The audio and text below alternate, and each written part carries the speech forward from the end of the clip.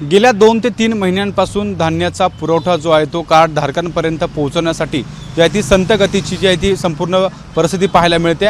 आपण जर बघितलं गेल्या 2 ते 3 महिन्यांपासून जे आहे ते कार्ड धारकांना आपले जे धान्य आहे ते वेळेत मिळत नाही आहे। त्यासोबत नाशिकमध्ये स्वस्त धान्य दुकानांपर्यंत येणारे जे धान्य आहेत ते धान्य आणण्यासाठी कुठेतरी जो आहे तो वेळ कमी पडतो आहे। त्यासोबत जे यंत्रणा आहे ती कमी पडते, त्यामुळे संपूर्ण धान्य वाटपावर जे परिस्थिती आहे ती विस्कळीत झाल्याचं पाहायला मिळते। आपण जर बघितलं तर या महिन्याचे अवघे 2 ते 3 दिवस बाकी आहेत धान्य वाटप करण्यासाठी। 2 ते 3 दिवसांमध्ये जवळपास जर आपण बघितलं तर मोठ्या प्रमाणात या धान्य दुकानांमध्ये धान्याचं जे संपूर्ण साठा आहे तो पडून असल्याचं पाहायला मिळते। त्याचे कारण देखील जे आहे ते समोर येत आहे। कुठेतरी गोदामातून येणारं जे धान्य आहे ते संपूर्ण धान्य या दुकानांपर्यंत पोहोचत नाही आहे। त्यासोबत ऑनलाईन जी पद्धत आहे त्या ऑनलाईनच्या प्रोसिजरमुळे जे कार्डधारकांना या ठिकाणी सर्व्हरचा जो आहे तो प्रॉब्लेम गेल्या 2 ते 3 महिन्यांपासून सलग सुरू आहे। त्यामुळे कुठेतरी कार्डधारकांवर आता जे धान्य वाटप आहे त्यामध्ये कुठेतरी जो आहे विस्कळीतपणा दिसून येतोय। आपण जर बघितलं तर नाशिक जिल्ह्यामध्ये जवळपास 2,500हून जास्त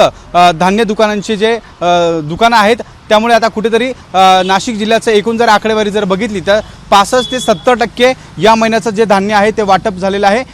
30 ते 35% धान्य वाटप करण्याचं अजून बाकी आहे। गेल्या 2 ते 3 गेल्या अनेक दिवसांपासून जो आहे ते धान्य वाटप विस्कळीत झाल्यामुळे 2 ते 3 दिवसात जर हे धान्य वाटप नाही झालं तर पुन्हा एकदा हे धान्य जे आहे ते माघारी जाईल आणि याचा थेट जो फटका आहे ते कार्डधारकांना पडू शकतो। त्यामुळे आता या संपूर्ण धान्य दुकानदारांकडून मुदतवाढ जी आहे ती मिळावी अशी मागणी आता राज्य शासनाकडे केली जात असल्याचं आपल्याला पाहायला मिळत आहे। कॅमेरामन किरण कटारेसह शुभम बोडके, एबीपी माझा, नाशिक। एबीपी माझा, उघडा डोळे बघा नीट।